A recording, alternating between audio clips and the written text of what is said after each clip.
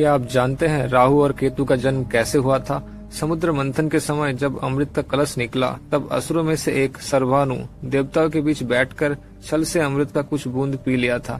सूर्यदेव और चंद्रदेव ने उसे पहचान लिया। ये बात भगवान विष्णु को बताया।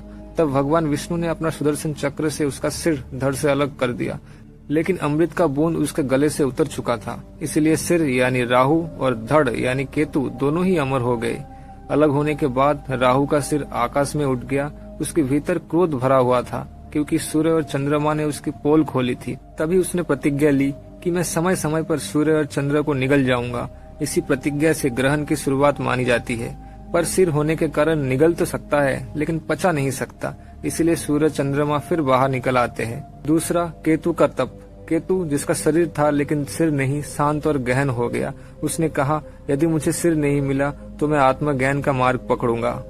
केतु ने गहरी तप, ध्यान और आध्यात्मिक शक्ति को अपनाया।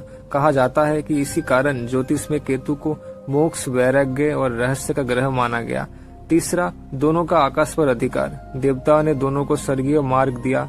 राहु को ऊपर का आकाश, जहाँ से वह सूर्य चंद्रमा की गति देखता है, और केतु को नीचे का नक्षत्र मार्ग, जहाँ से वह अपनी तप शक्ति से ब्रह्मांड के रहस्य की खोज करता है। राहु बना छल, कपट, छाया और भ्रम का प्रतीक। केतु बना ज्ञान, अंतर्ज्ञान और मुक्ति का प्रतीक। निष्कर्ष, राहु केतु दोनों अधूरे होकर भी शक्तिशाली बने। एक बदले की आग में जलता रहा, दूसरा आत्मज्ञान के आध्यात्मिक मार्ग में। इसलिए कहा जाता है कि जहाँ राहु अंधकार लाता है, वहाँ केतु भीतर का प्रकाश जगाता है।